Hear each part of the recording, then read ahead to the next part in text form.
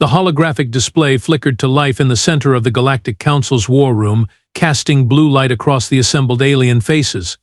Commander Vraktar, a towering Zeltharian with 4 arms and skin like polished granite, gestured dramatically at the tactical projections floating before them. "Behold, fellow commanders." Vraktar's voice boomed through the chamber, his chest puffing with pride. "Another flawless victory using the brilliant strategies from our sacred manual." Admiral Zephon, a serpentine Nexian whose scaled head swayed hypnotically as he spoke, hissed his agreement. "Indeed, Vraktar. The tactical genius who authored this masterpiece must surely be the greatest military mind in the galaxy. Such sophisticated warfare concepts, such elegant brutality." The other alien generals murmured their approval, tentacles and claws tapping against the crystalline conference table. In the corner of the room, barely noticed by the celebrating commanders, sat Maya Thompson. The 23-year-old human intern clutched her datapad, trying her best to look invisible. "Thompson." Vraktar's gravelly voice suddenly cut through the chatter. "You are here to observe and learn from your betters. Keep your primitive human opinions to yourself, yes?" Maya nodded silently, biting her tongue. She had been assigned to this cultural exchange program by Earth's diplomatic corps, supposedly to learn about galactic military strategy. What she had actually learned was that aliens could be just as insufferably arrogant as humans, sometimes worse. Now, as I was saying, Admiral Zephon continued, his forked tongue flicking out as he spoke. "The author of this manual clearly understands the art of psychological warfare. Look at Chapter 7. The section on enemy demoralization through calculated chaos." Maya's eyebrows shot up. She shifted uncomfortably in her chair, fighting the urge to speak. The aliens had spent the last 3 months praising this mysterious war manual, calling its unnamed author everything from a strategic deity to the universe's greatest tactical mind. "Such primitive species, these humans," muttered General Crixnell, a insectoid being whose mandibles clicked with disdain. "No doubt they still fight with sticks and stones while we study the works of true military genius." The irony was so thick you could cut it with a plasma sword. Maya pressed her lips together, reminding herself of her orders: observe, learn, and under no circumstances cause a diplomatic incident. Even if these pompous aliens were about to make her brain explode from sheer frustration. "Let me show you the beauty of this tactical masterpiece," Vraktar announced, his 4 arms dancing across the holographic controls. The display shifted to show a star map dotted with red and blue markers. "Our recent campaign against the Krexthani Empire, 3 decisive victories in just 2 months." The alien commanders leaned forward eagerly. Admiral Zephon's serpentine body coiled with excitement as he pointed at the first battle marker. It was the Battle of Nexus Prime. "We used the manual's Chapter 12 strategy, the one about multi-vector psychological pressure.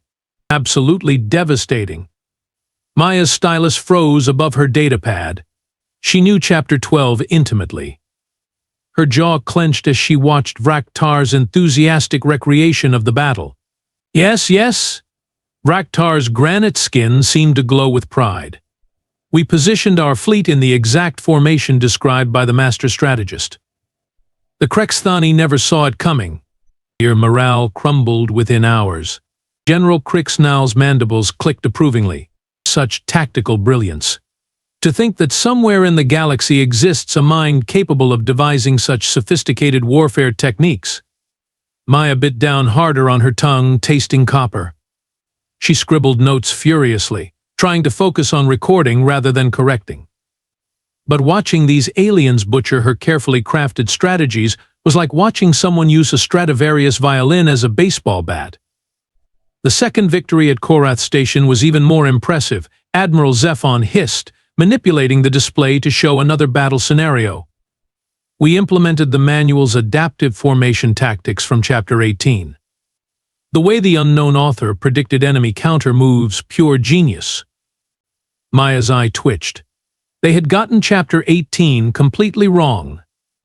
The adaptive formations were meant to be fluid, responsive, not the rigid geometric patterns they had used. It was a miracle they had won at all. But the crown jewel, Vraktar continued, his voice dropping to a reverent whisper, was our victory at the Helix Nebula.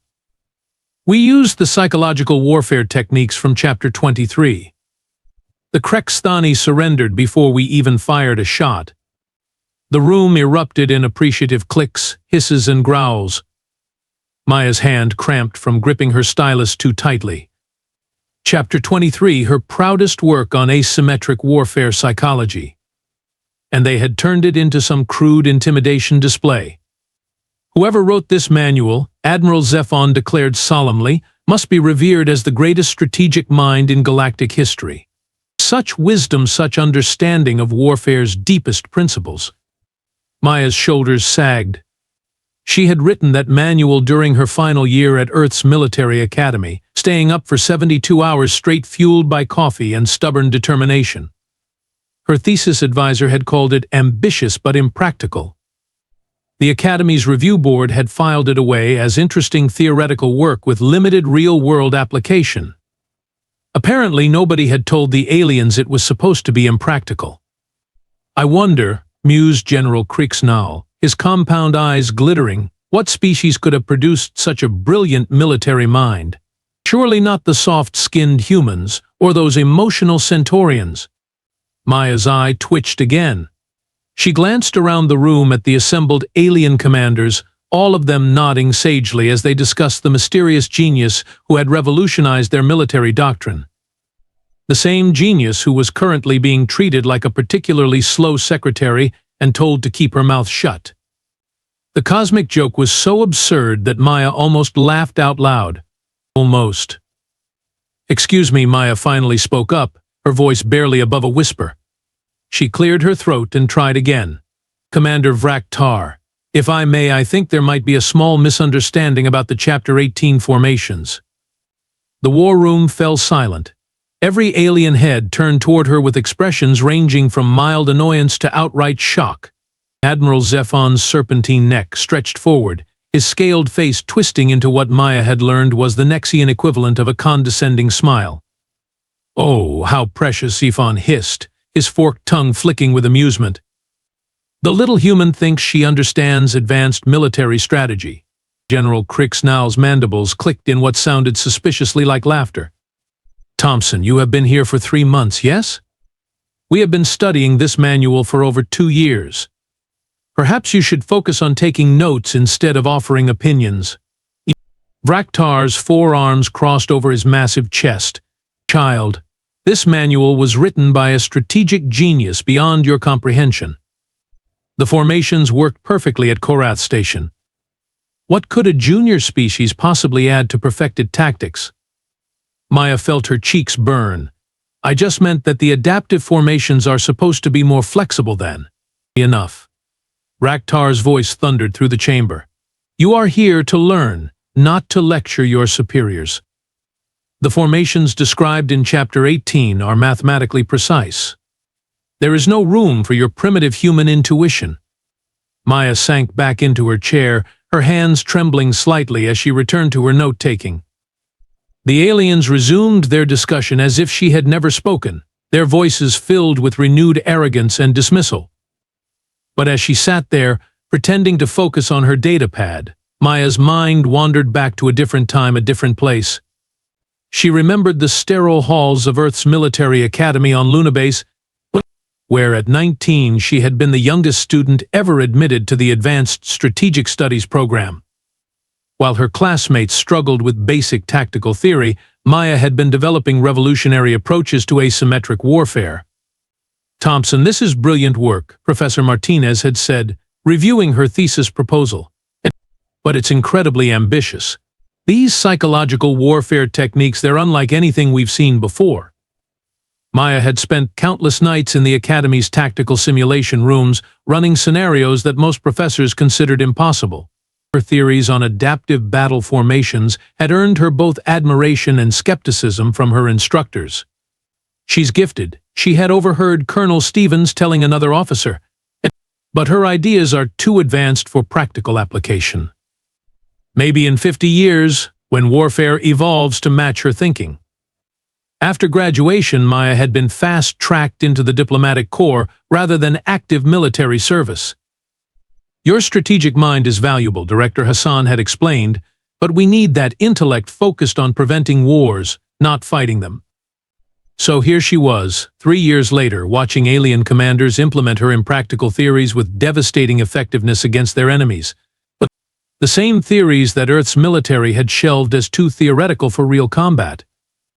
Now, observe the brilliance of Chapter 15, Admiral Zephon was saying, pulling Maya back to the present. The holographic display showed a complex fleet maneuver that made Maya's stomach churn. They were doing it all wrong. The pincer movement was supposed to contract gradually, not snap shut like a trap.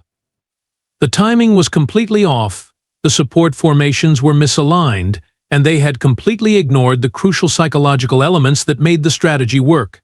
Such elegant simplicity, General Cricksnell mused, his compound eyes reflecting the blue glow of the display. The unknown master who created this must possess an intellect far superior to any known species. Maya gripped her stylus so hard she was surprised it didn't snap. The unknown master was sitting right there, watching them butcher her life's work while simultaneously praising it as divine inspiration. I particularly admire how the author accounts for enemy psychology, Vraktar continued, gesturing at the tactical display. No ordinary mind could predict behavioral patterns with such accuracy. Maya bit her tongue until it bled. She had spent months studying xenopsychology texts, analyzing behavioral patterns of dozens of alien species, incorporating cultural and biological factors into her strategic frameworks. And these pompous commanders thought it was magic. The worst part was that, despite their misinterpretations, they were still winning. Maya's strategies were so robust that even when implemented incorrectly, they were more effective than anything the aliens had used before. Thompson. Vraktar's voice cut through her brooding. You look distracted. Are you absorbing these lessons properly? This knowledge is far beyond what your species typically comprehends. Maya forced a smile that felt like swallowing glass. Yes, Commander, I'm learning so much. Learning that aliens could be just as insufferably patronizing as the worst human bureaucrats she had ever encountered.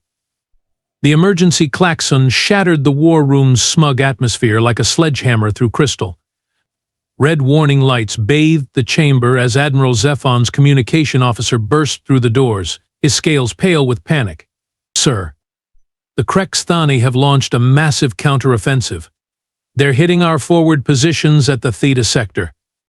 Vraktar's 4 arms moved frantically across the tactical controls. Impossible. Our intelligence said they were still regrouping. The holographic display erupted with chaotic battle data. Hundreds of red enemy markers swarmed toward the Blue Alliance fleet positions.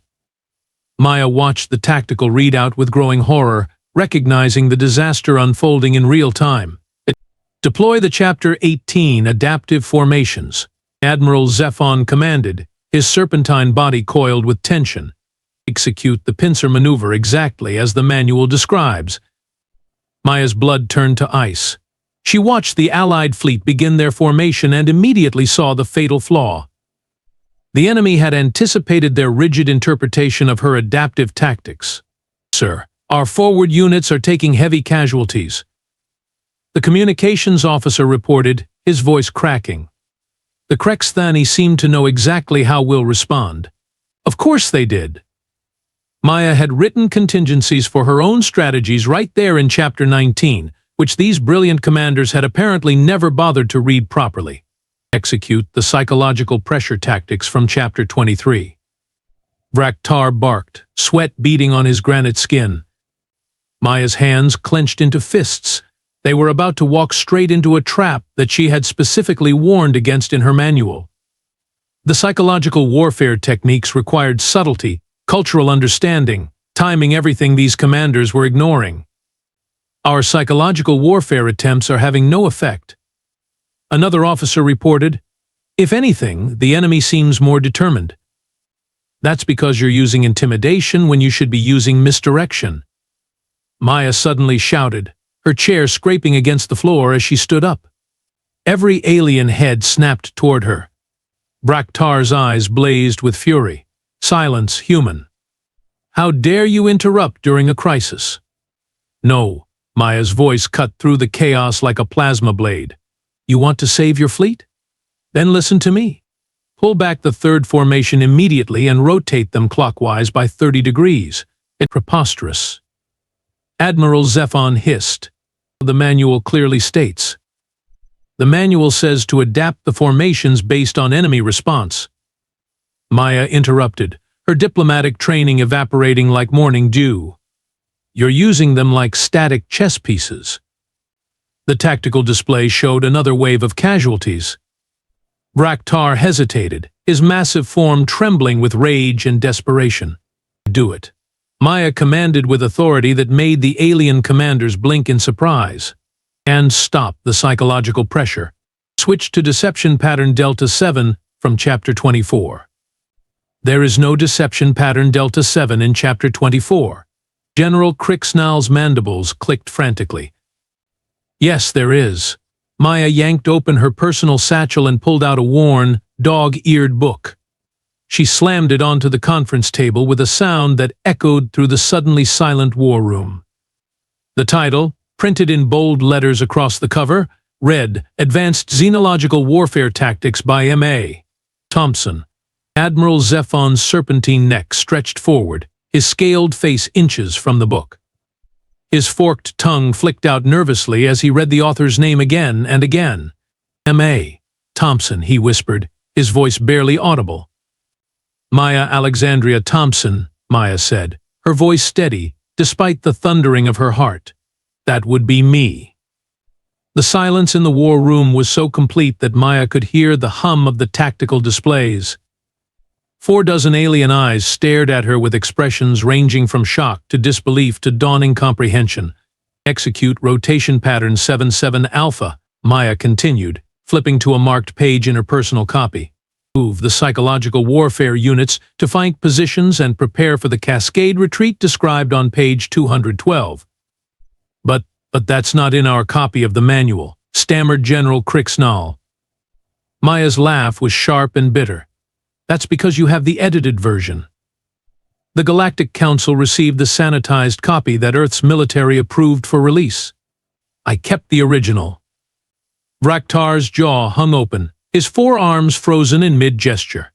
You wrote the manual? I wrote it as my graduate thesis, Maya replied, already inputting tactical corrections into the command console. Now, do you want to save your fleet or would you prefer to keep discussing my credentials while your people die? The tactical display showed the Krexthani forces beginning to falter as Maya's corrected strategies took effect.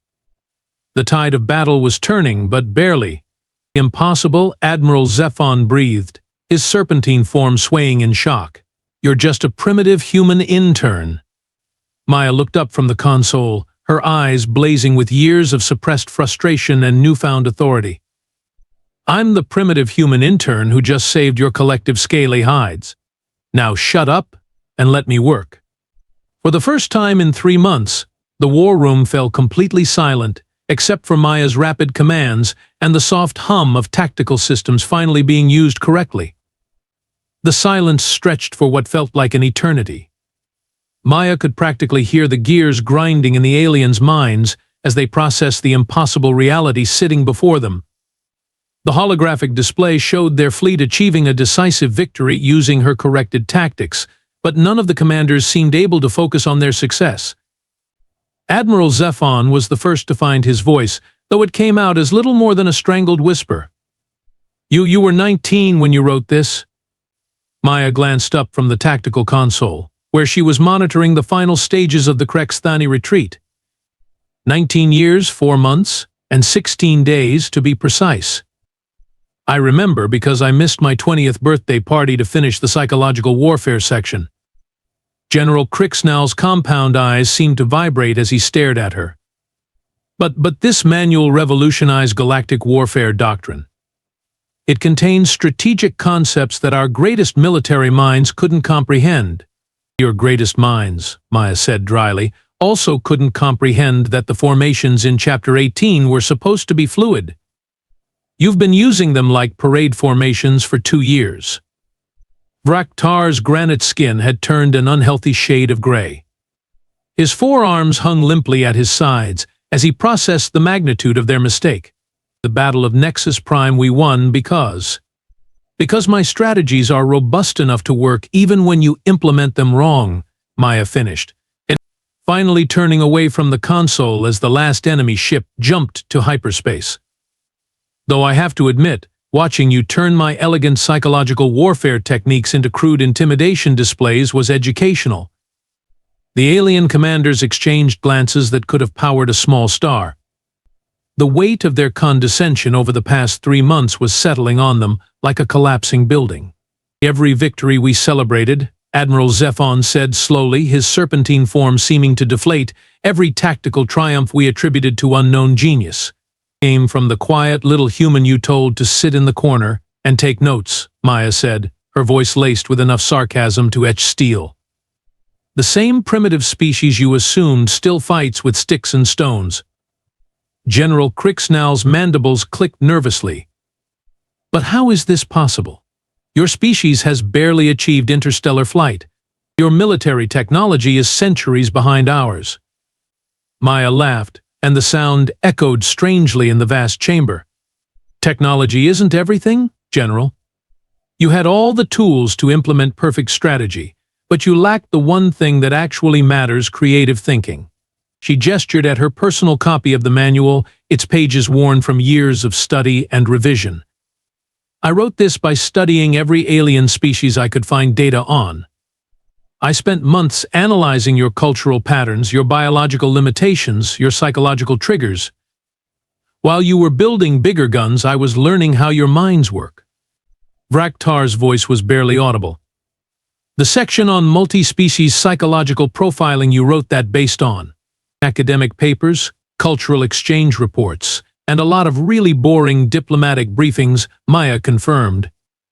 Turns out, when you actually pay attention to how different species think and behave, you can predict their tactical responses pretty accurately. Admiral Zephon's scales seemed to ripple with embarrassment, and the adaptive formation protocols that saved us at Korath Station were designed specifically to counter the rigid tactical thinking that dominates most military academies, Maya said, closing her manual with a soft thud. I figured that most commanders would apply strategies exactly as written, without considering situational variables. So I built flexibility into the core structure. The realization hit them like a meteor strike. Every assumption they had made about human inferiority, every condescending comment about primitive thinking, every dismissive gesture over the past 3 months, all of it directed at the very person whose intellectual work had made their recent victories possible. The greatest strategic mind in galactic history, General Krixnal whispered, his compound eyes fixed on Maya's young face. And we told her to keep quiet and learn from her betters. Maya's smile was sharp enough to cut through hull plating. Oh, I learned plenty. I learned that military genius apparently doesn't include basic reading comprehension, since you completely missed the disclaimer on page 12 about tactical adaptation requirements. The aliens winced collectively, but none of them could argue with her assessment. I also learned, Maya continued, that some species are so convinced of their own superiority that they can't recognize brilliance, even when it's sitting right in front of them, taking notes and trying very politely to help them not get their fleets destroyed. The war room fell silent again, but this time the silence carried a very different weight. Commander Vraktar was the first to move. The massive Zeltharian slowly rose from his chair, his forearms trembling slightly as he approached Maya's position. When he reached her, he did something that no one in the war room had ever seen before. He dropped to one knee. "Strategic Commander Thompson," Vraktar said, his gravelly voice thick with shame and newfound respect, we have made a grave error in judgment. Your wisdom has saved countless lives today, and we have repaid your brilliance with disrespect and dismissal. Admiral Zephon's serpentine form glided forward, his scaled head bowing low. The Nexian Fleet Command formally apologizes for our inexcusable behavior. We would be honored, deeply honored, if you would consider advising our military operations directly. Maya looked down at the kneeling alien commander, then at the assembled generals who were all avoiding eye contact like schoolchildren caught cheating on an exam. The irony was so perfect it was almost painful. "Let me get this straight," Maya said, crossing her arms. "3 months ago you told me to sit quietly and learn from my betters. Now you want me to personally guide your military strategy?" General Cricksnell's mandibles clicked nervously. "Your tactical genius is undeniable. We would be fools not to seek your direct guidance." "You were fools for not listening to me in the first place," Maya replied, but her tone had softened slightly. She looked around the room at the faces that had dismissed her so casually just hours before. "If I agree to this, and I mean if there are going to be some conditions." Vraktar's granite features showed desperate hope. "Name them. Any conditions you require." Maya held up one finger. "First, proper credit. I'm tired of being called the intern while you praise my work as the genius of some mysterious unknown author. My name goes on every tactical report, every strategic briefing, every military communication that uses my methods." "Agreed," Admiral Zephon said immediately. Maya held up a second finger. "Second, equal voice in all strategic decisions. No more sitting in the corner taking notes while you butcher my tactics. When I speak, you listen, and you implement exactly what I tell you to implement." Of course, General Cricksnell agreed eagerly. Maya's third finger joined the others. "And absolutely no more coffee runs, filing duties, or any other menial tasks you think are appropriate for the primitive human. I'm a strategic advisor, not your personal assistant." The aliens nodded so vigorously that Maya worried some of them might injure themselves. "Then I suppose," Maya began, then paused with a wicked smile. "Actually, there's something else you should probably know about that manual you've been worshipping." The aliens leaned forward expectantly. "I didn't write it as a guide for winning wars," Maya said, her grin widening. "I wrote it as a theoretical framework for defending against superior alien forces. The entire manual is basically my answer to the question, what would humanity do if we were invaded by technologically advanced species?" The silence that followed was so complete that Maya could hear her own heartbeat. "You mean," Admiral Zephon said slowly, "that everything we've been using to conquer other species was originally designed to defeat us?" Maya's laugh filled the war room like music. "The psychological warfare techniques? Designed to exploit the overconfidence of superior civilizations. The adaptive formations? Built to counter rigid military thinking. The deception patterns? Created specifically to turn advanced technology against itself." Vraktar's 4 arms hung limply at his sides. "We've been using a defense manual as an offensive weapon." "And it worked beautifully," Maya said, patting her worn copy of the book affectionately. "Turns out, the best way to beat advanced aliens is to think like a primitive human who's scared for her life and willing to try anything." The cosmic irony was so perfect that even the aliens began to appreciate it. General Cricksnell's mandibles clicked in what Maya had learned was the Nexian equivalent of rueful laughter. "Well," Admiral Zephon said finally, "I suppose there's no better person to guide our strategy than someone who knows exactly how to defeat us." Maya grinned. "Now you're learning." As Maya settled into the commander's chair that Vraktar had hastily vacated for her, she couldn't help but reflect on the beautiful absurdity of the situation. 6 months ago, she had been a reluctant diplomatic intern and shuffled off to observe alien military operations because Earth's leadership thought her strategic theories were too impractical for real warfare. Now she was surrounded by some of the galaxy's most powerful military commanders, all of them hanging on her every word like disciples before a prophet. The same beings who had spent months dismissing her as a primitive observer were now taking frantic notes as she explained the finer points of asymmetric psychological warfare. "Commander Thompson," Admiral Zephon said carefully, his serpentine form coiled with respectful attention, "regarding the multi-vector approach in Chapter 15, should we modify the timing intervals based on Krex-Thani response patterns?" Maya nodded approvingly. Finally, they were asking the right questions instead of assuming they knew better than the person who had literally written the book on galactic warfare. The irony was delicious. Throughout human history, her species had been underestimated by those who considered themselves superior. It had happened with every major conflict, every technological leap, every moment when humanity had surprised the galaxy with their adaptability and creative thinking. The key, Maya explained to her attentive audience of alien generals, is remembering that humans don't fight fair. We fight smart.